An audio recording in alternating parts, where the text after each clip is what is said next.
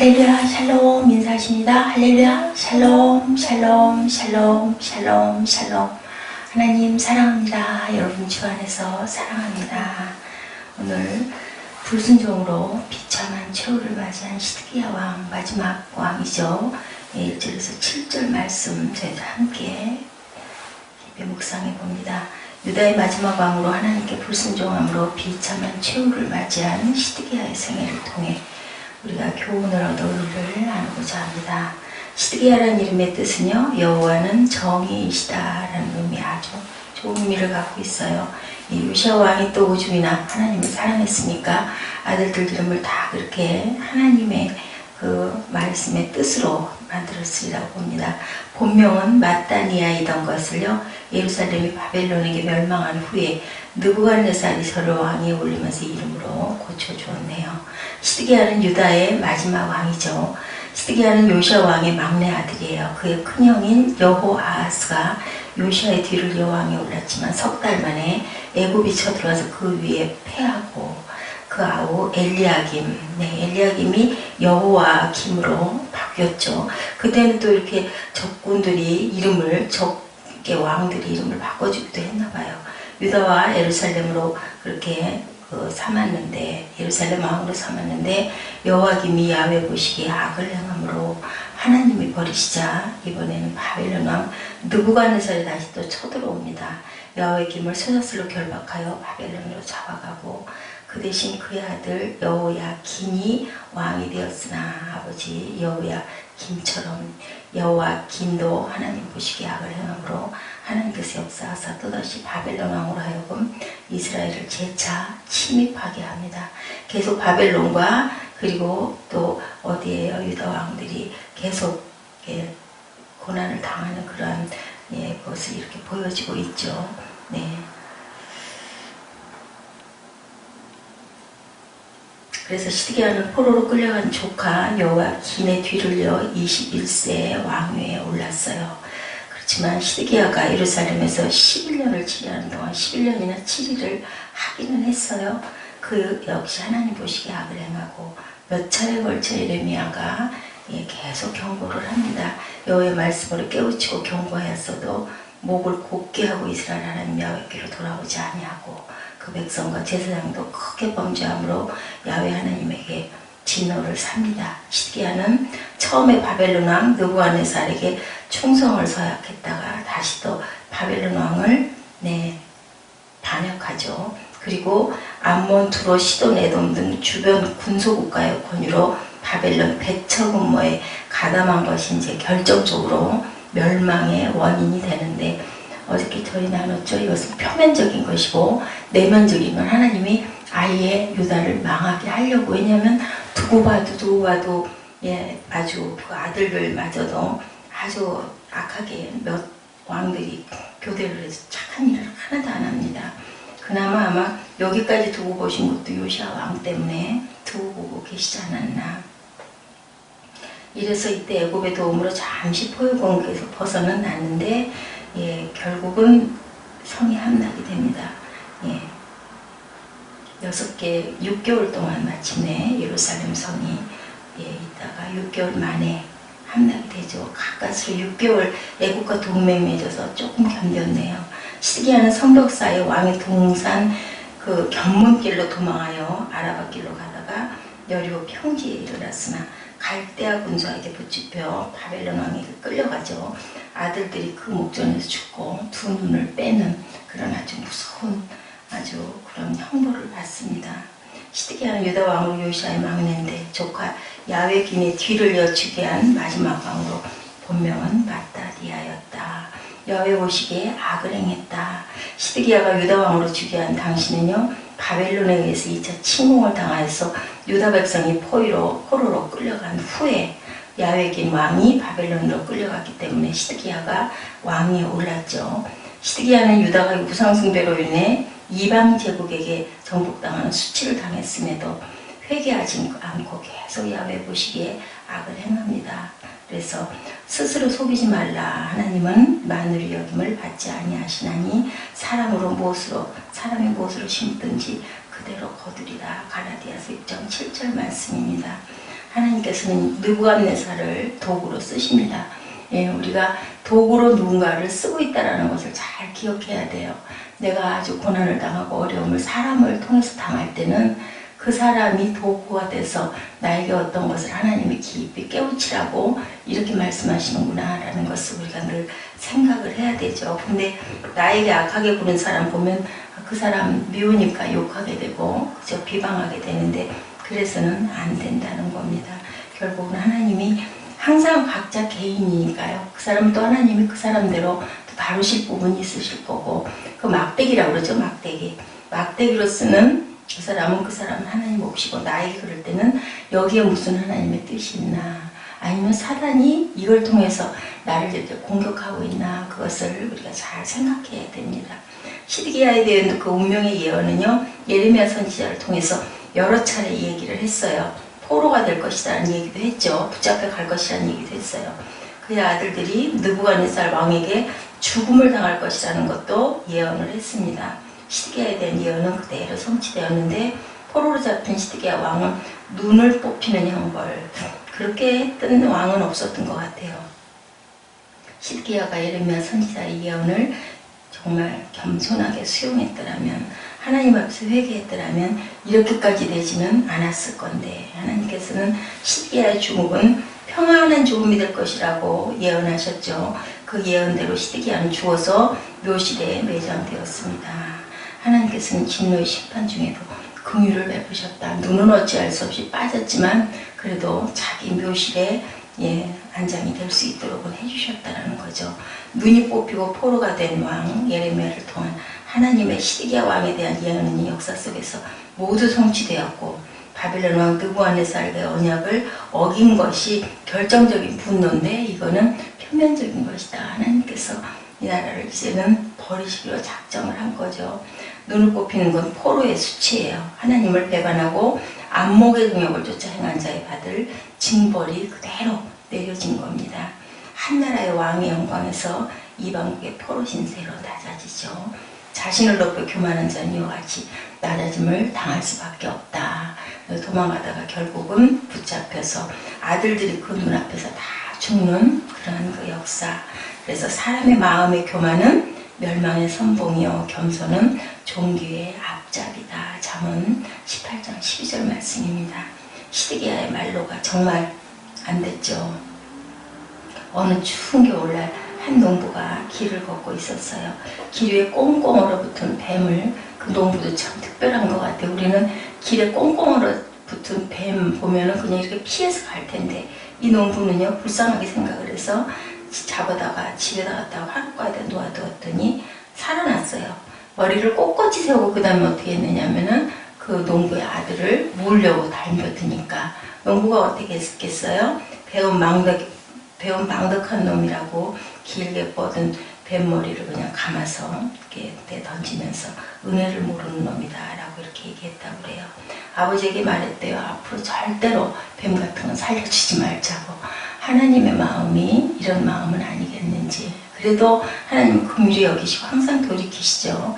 우리 이제 남유다가 멸망하면서 여호야킨이 37년 동안 그 감옥에서 형벌을 당하다가 결국은 그 나라 왕이 불러내가지고 그 관복을 입히고 왕복을 입히고 내가 당신을 이제 남유다 왕으로 대접을 하겠다 그러면서 밥도 항상 같이 먹고 왕과 똑같은 대접을 해주겠다라는 그런 부분이 끝부분에 나와요. 25장 마지막 부분에. 그거 뭐예요? 하나님이 항상 우리를 피할 길을 주시고 그래도 죽이지 않으시고 영원히 죽이지 않으시고 회복시키는 역사. 그리고 남유다는 결국은 다시 나라가 쓰죠. 여기 지금 이스라엘이 서서 존재하는 것 같은 그러한 어떤 그 예시를 보여주는 하나님의 마음. 뱀을 정말 징그럽다고 집어 던지지만 결국은 또 집어다가 또 살려준다는 얘기죠. 하나님의 말씀은 두 가지 성격을 가지고 있는데 순종, 불순종 둘밖에 없는 거죠. 중간은 없어요. 순종하면 축복하시고 불순종하면 결국은 사망에 처할 수밖에 없다. 마치 십자가가 구원을 얻는 자들에게는 하나님의 능력이고 멸망받는 자에게는 어리석은 것으로 비치죠. 그 십자가가 그게 뭐야? 왜 그 짓을 왜 그렇게 힘들게 그렇게 살아? 라고 얘기를 하지만 우리는 영원한 세상을 바라본다라는 거죠.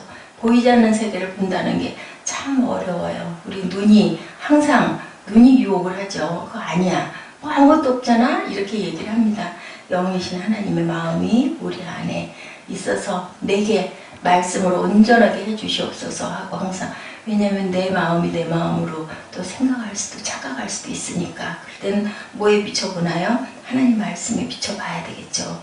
그래서 항상 본문에 나오는 시드기야 왕 21세의 왕이 되어서 예루살렘에서 11년을 통치했지만 결국은 이렇게 돌아갈 수밖에 없는 그 왕, 그 마지막 왕이 됐다는 거 참 그 역사에 아주 길이 남죠. 그 마지막 왕이 되지 않았어야 되는데 기근이 심해서 고생도 했고, 불순종 때문에 예루살렘 성이 포위가 되죠. 선지자 예레미야와 에스겔 예언을 전부 듣질 않았어요. 우리는 주변에서 얘기하는 소리를 항상 뭐라 그래야 되나요? 경청을 조금씩은 해야 된다. 이 부분을 통해서 나를 위해서 하는 얘기, 또 그 말씀이 하나님은 뭐라 어떻게 말씀하시나 일단 듣고는 잘 가려야 되죠. 분별을 해야 되죠. 어떤 뜻인가, 어떤 내용일까, 결국은 어떤 것들이 여기에 존재하나를 봐야 합니다. 사무엘 이르되 야훼께서 번제와 다른 제사를 그의 목소리를 청종하는 것을 좋아하신 같이 좋아하시겠나이까. 뭐예요? 순종이 제사보다 낫고 듣는 것이 순양의 기름보다 낫다라는 말씀이죠. 함께하는 자가 전혀 없었다. 본문 5절에요. 왕의 모든 군사가 시드기야를 버리고 각각 흩어져 버렸다라고 본문 5절에 나오고 있습니다. 25절 5절 보죠. 갈대 군대가 그 왕을 뒤쫓아가서 그리고 평지에서 그를 따라잡으매 왕의 모든 군대가 그를 떠나 흩어진지라. 왕을 잡는데 군대의 그 부하들은 전부 다 도망하러 가버리고 말아요. 이렇게 함께하는 자가 없었다. 불순종하여 죄를 짓는 자에게는 함께하는 자가 없다라는 거. 시드기야 왕에게 임한 환난은 하나님의 심판이기 때문에 면할 길이 없고, 그렇기 때문에 성도들은 죄를 우리는 멀리해야 된다. 사도 바울도 범죄한 자는 사귀지 말라고 고린도전서 5장 11절에 말씀합니다. 우리는 하나님을 두려워하고 그분의 말씀에 순종하는 길이 생명의 길임을, 따르던 사람들이 어떻게 해요? 조금 좀 괜찮게 나아갈 때는 주변에 사람이 있는데, 아닌 경우에는 특히 이렇게 불의하게 갔던 경우, 아니면 그 순간만 좋다고 그냥 그 순간순간 누가 못 준다고 달컥달컥 받아먹고 대가를 알잖아요. 아, 이거 이렇게 하면 이렇게 해줘야 되고, 꼭 이 사람은 이런 사람이구나라는 걸 알면 절대로 여지가 없죠. 그냥 뒤도 안 돌아보고 가고, 그리고 아무런 관계가 맺어지지를 않아요. 주의 사람들이 있었어도.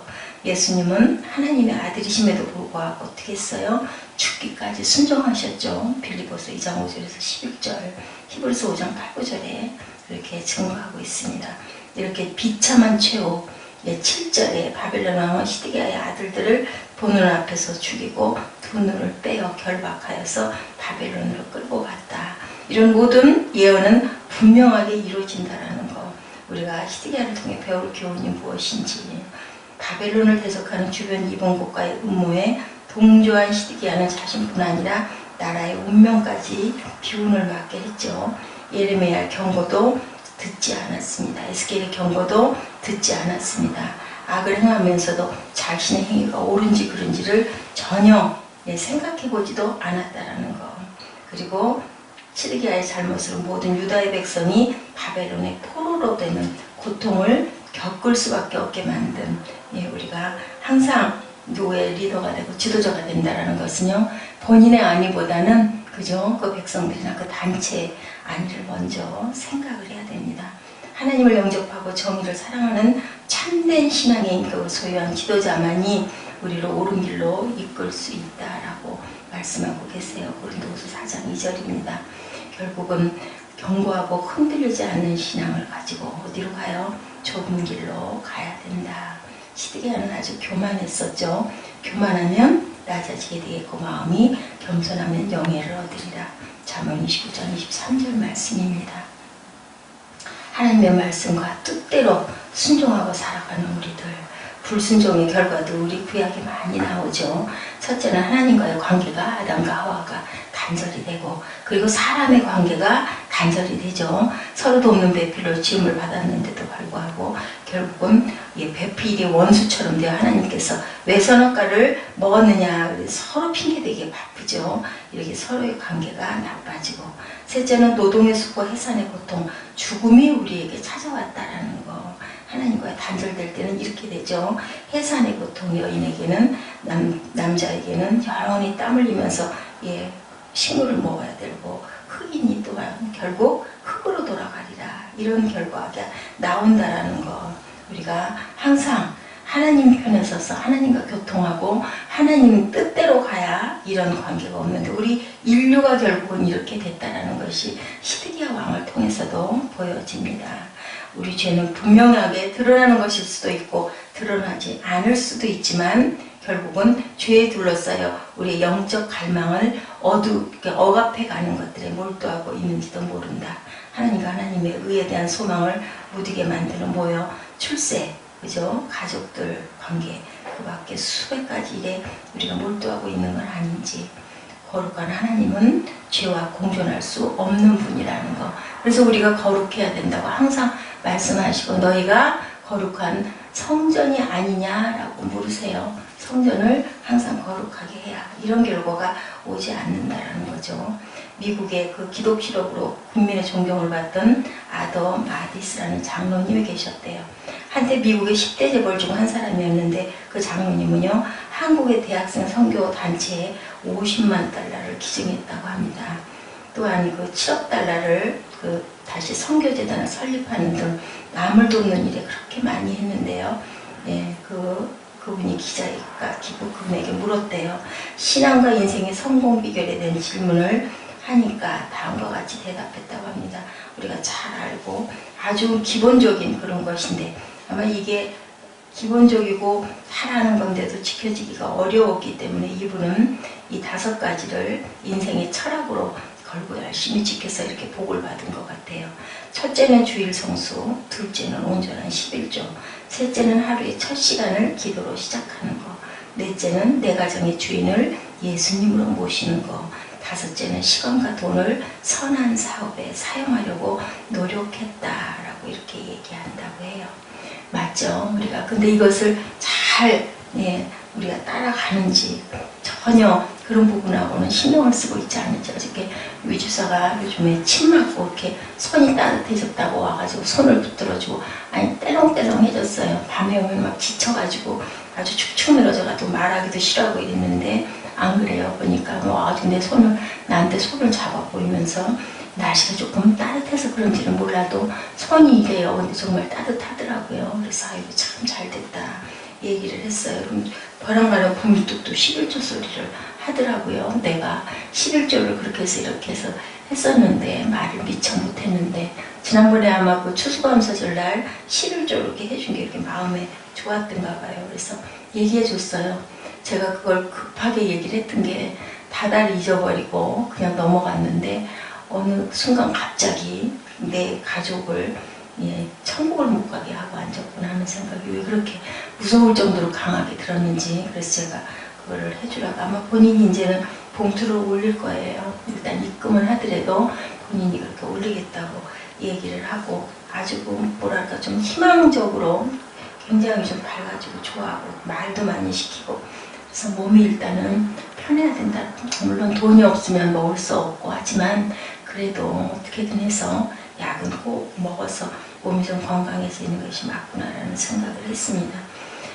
진맥하러 가서 딱 그분 뵙는 순간 유집사 생각이 났었노라 어제 얘기를 했어요. 그러니까 그냥 하나님이 주셨다 생각하고, 그 원장이 그렇게 썩 마음에 안 드나 보더라고요. 그래서 그분 우리나라에서 가장 첫 번째로 요즘에 아주 그 인정을 받고, 아주 그 한의원 중에서도 1위를 달리고 있다 하더라.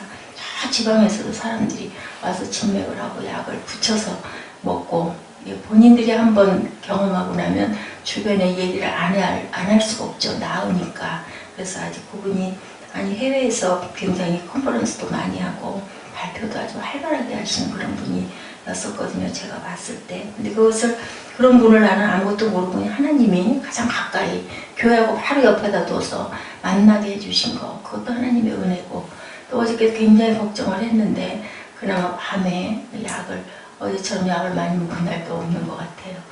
병원에서 지어준 약 먹고 조금 나은 것 같더라고, 밤중에.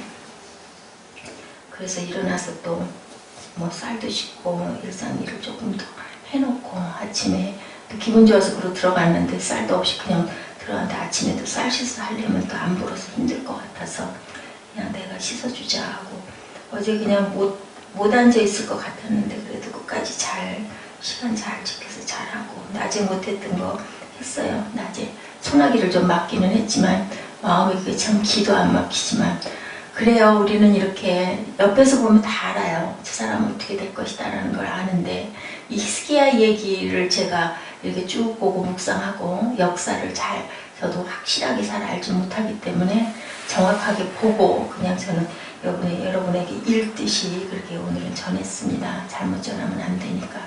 그러면서 생각하는 건 우리 주변에서 얼마든지 히스기야 같은 사람이 많아요. 그죠? 우리 가족 중에도 순간순간 이런 상황이 돼서 정말 우리가 눈을 빼버려야 될 수도 있을 만한 그런 잘못을 할 때도 많지만 결국은 어떻게 해야 될까요? 회개할 줄 알아야 된다. 우리 마음에 가책이 올 때는 돌이키고 다시는 그렇게 하지 않아야 이런 일이 일어나지 않죠. 어떻게 해야 될까요? 예수를 따라가야 합니다. 예수 따라가며 복음 순종하며 그렇게 하면 우리가 행할 길이 환해진다. 주를 의지하고 순종하는 자를 주가 늘 함께 하신다. 어제 우리 함께 하신다는 소리에 은혜 받았죠. 예, 의지하고 순종하는 길은 예수 안에 즐겁고 복된 길이다. 예, 말씀을 조금 제가 발췌를 해봤습니다. 순종에 관한 성경 말씀이에요. 너희 순종함이 모든 사람에게 들리는지라. 그러므로 내가 너희를 인하여 기뻐하노니 너희가 선한데 지혜롭고 악한데 미련하기를 원하노라. 아까 제가 말씀드렸었죠. 예, 읽어드리진 않았는데 로마서 16장 19절 말씀입니다. 너희를 인도하는 자들에게 순종하고 복종하라. 히브리서 13장 17절, 로마서 5장 19절입니다.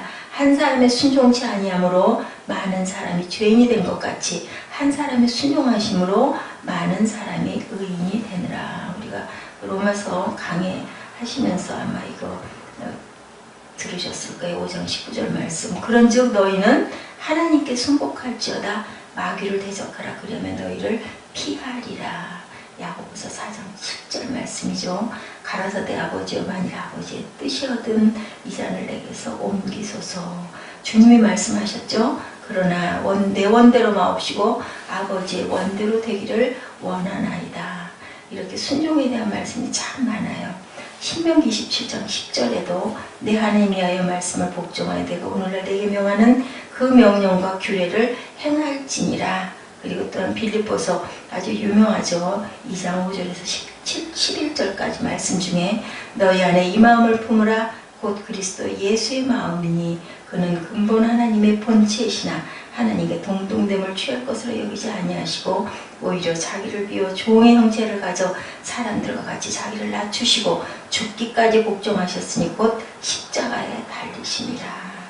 그리고 아까 말씀한 것처럼 창세기 3장 17절 내가 너더러 먹지 말라는 나무 실과를 먹었은즉 땅은 너로 인하여 저주를 받고 너는 종신토록 수고하여야 그 소산을 먹으리라. 하나님께서 아담과 하와에게 내린 벌이죠. 순종은 모든 축복의 문을 여는 열쇠라라고 이렇게 얘기합니다. 하나님의 말씀에 순종하는 것은 믿음의 기초를 놓는 것이다. 프로이드 맥클란이라는 사람이 이렇게 얘기를 했어요. 순종이 제사보다 낫고 듣는 것이 수양의 기름보다 나으리라. 우리가 항상 순종하고 잘 듣고 하나님 말씀 잘 듣고 또 주변의 얘기도 때로는 경청해서 내가 좌로나 우로나 너무 치우친 게 아닌가 이것도 생각할 줄 알아야 되고 내 입에 달콤한 말만 하는 사람을 바꿔야 할 일이 아니라 정말 옳은 소리를 해줄 줄 아는 그러한 사람들의 그 목소리를 잘 경청하는 저와 여러분 되시기를 주님의 이름으로 축복합니다. 기도하시겠습니다.